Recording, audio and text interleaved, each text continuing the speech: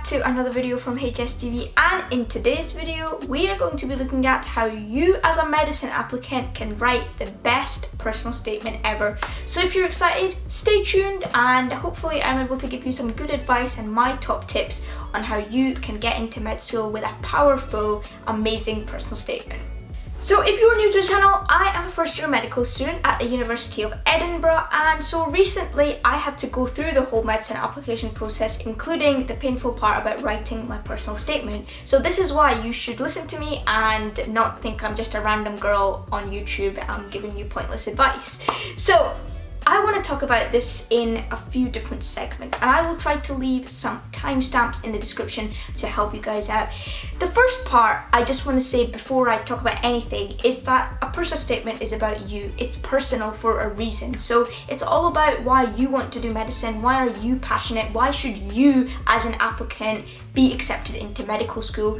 And the thing is that a lot of universities don't even read personal statements anymore, so sometimes it can feel a little bit pointless, but I'm here to tell you that they are useful and they can be interviewed upon when it gets to the interview stage as well. So don't write anything that is not true and try and be as real as possible. Don't use any complicated words. Universities don't care about that. I didn't use any complicated words in my personal statement. Just be real for yourself and just try and bring out the best of you in this kind of double-sided A4 piece of paper. So that's what I wanted to say just before I get onto the specifics, but just do keep that in mind when you start to write your personal statement. Alright, so let's talk about the introduction. So the introduction, that really annoying first paragraph that takes you about 3 to 4 hours on average to write, and you don't know how to get started. What should you do? So I personally spent about 3 to 4 hours on my introduction, and I know most people it takes ages to get something started. And the aim of the game for the introduction is it needs to be something that can grab the reader. You know, it needs to draw them in and make them interested about you as a person. So what are the different writing techniques and ways that you can do that with? So what I did is I used an analogy. So an analogy, basically some kind of personal experience that really made you interested in medicine or got you that extra bit of, yes, like I definitely want to do medicine. What is that main reason that makes you so drawn into medicine? Why do you not want to do dentistry? Why do you not want to do nursing? Because all those careers help people, they're clinical, they're about the body. But what makes you specifically interested in medicine, and why do you want to be a doctor? Try and get like a banging sentence down in your introduction. That's something I would really recommend. And I know it's difficult, and I know you will be using that backspace button on your keyboard a lot. But trust me, that is absolutely natural. There is nothing wrong with that, and that's all normal. So do spend your time on the introduction to make sure that it grabs the reader. Try and put in an analogy if you can, because that will make it that bit more personal. And the more personal you make it, the more vulnerable you show yourself in your personal statement, the better it will be when the universities read it. So, you know, don't try and use words that your mates used, or don't try and copy someone, or don't lie, especially. Just try and make it as true and real to yourself. Try and put in a tone. I know that's difficult, but for example, how I speak, it's quite chatty. It's not like really formal or anything. So I tried to put a little bit of that tone in, you know, don't go use slang in your personal statement. Do make it good English, make sure you have no grammar mistakes, but try and bring out that tone that you speak with, so it gives the universities a better idea of what you are as a person before they even meet you. So I think that in a personal statement there are 2 questions the universities want you to answer, and if you answer those 2 questions you will have a very brilliant personal statement. The first question is why medicine, and the second question is why do you think you're capable of studying medicine? Do you have the skills? So I guess for answering why medicine, it's very subjective. It's all up to your personal experiences and what draws you into medicine. If you're gonna say that you want to do medicine because you're really good at the sciences, okay. If you want to do medicine because you want to help people, okay.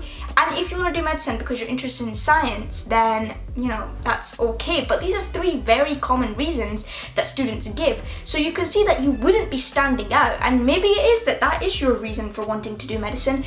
But that's also the reason that another 1,000 students are going to give. So try and make something unique, something that pops out, and something that the universities will remember you for. And I know that can be difficult sometimes, but trust me, everyone has something special in them, and everyone has something special that's happened in their life that makes them drawn to medicine even more. Now that could be an experience of illness in the family, for example, but don't tell the universities that you want to do medicine because your grandma got ill. And if you are going to say that, then you need to expand on that. Don't just leave it at, I want to do medicine because I saw how the doctors dealt with my grandma's illness. Don't say that, try and make it a bit more compassionate, a bit more empathetic. You see these keywords, they're very important. I would highly recommend you go to the BMJ, you go and look at the GMC, all those documents about how and why makes a good doctor. You need to look at all the skills that make a good doctor, and that leads us in nicely to the second question I was talking about why do you think you have the skills to study medicine? Why do you think you're capable than the person who's sitting next to you in interviews?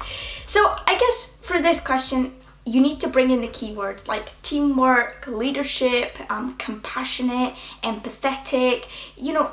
I don't want you to define these words, but I want you to use them in a clever way that reflects how your experiences as a high school student show that you have experiences with empathy, for example. And that brings us in nicely to the section about your work experience and voluntary work. And this is a section you need to be very, very careful of when you write it. Okay, so voluntary and work experience. Hopefully, if you're applying to medicine, you will have done, about a couple years of voluntary experience / work experience as well.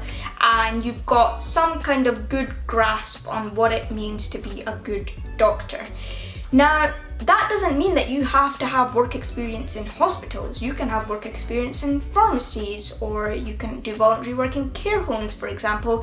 And those places are where doctors are linked to and skills are shown, but it's not directly doctor. So if you can shadow a doctor, that's the ideal situation, and it gives you plenty to talk about in your personal statement. But if you can't, don't worry about it. Just use your experiences and link them back to medicine to make sure that you are reflecting what it means to be a good doctor. And don't list. I think that is such an important rule. You cannot be listing in your personal statement. Don't tell me that you did voluntary work at a cancer research shop. Don't tell me you did voluntary work at, a care home. You did voluntary in a pharmacy. You did voluntary abroad. Don't tell me that unless you can link it to medicine and reflect why that's important. And as long as you reflect and link to medicine, you will have a brilliant personal statement. Okay, so let's talk about extracurriculars, so your clubs and your sports that you have been taking part in school, even jobs that you've done, part-time jobs, something like that can count as an extracurricular. And again, my advice would be exactly the same. It doesn't matter whether you've done debating or swimming or badminton or knitting club. Honestly, it doesn't matter what extracurricular you did, as long as you were interested and you gained some sort of skill out of it, even if that's commitment. As long as you can link it back to being a doctor and why medicine is important for you and why you're passionate about it, then that's fine. It doesn't matter. A lot of people say that, if you're going to do a sport, you have to do it at a national level or at an international level, or if you're playing an instrument, you have to have exams and grades in it. You don't. You genuinely don't. I didn't play sport at any national level. I was just part of my school's badminton team. And, with music exams, I played piano and I didn't do any exams. Many people did do exams, and if that's something that you like and you enjoy, fantastic, talk about it. But you don't have to do exams or anything. You don't have to get a certificate to put it down on your personal statement, because it's not about what you did, it's about what you learned from it. And I've said this in previous videos as well, if you get that point across, regardless of the activities you've been taking part in, you will have a very good personal statement. Okay, and now to talk about anything special about you. If you have something different that you've done that you know someone hasn't done, for example, work experience abroad, that's not so common, although more students are doing it now, but I would still count that as quite rare. If you've done something like that, that's something you definitely want to put into your personal statement, because again, it's about uniqueness and it's about being personal. Try and get much of that sensitive and that unique side of you across, okay? It's almost like a first impression. This is the first time that they will read about you or look at you as a person that's not only got grades and, you know, number scores. So this is really your first opportunity to show why you would be a good candidate for studying medicine. So do make sure that you make the most of it and that you show that unique side of you as much as possible. And it doesn't matter if something seems weird. Honestly, the weirder it sounds, the probably more unique it is, and there's nothing really weird in the field of medicine. You know, I've read many personal statements and, you know, a lot of them just sound the same. So as a reader who's just like looking at their friends' personal statements, I almost want something that's a bit like, ooh, or, oh, that's interesting. I almost want something like that.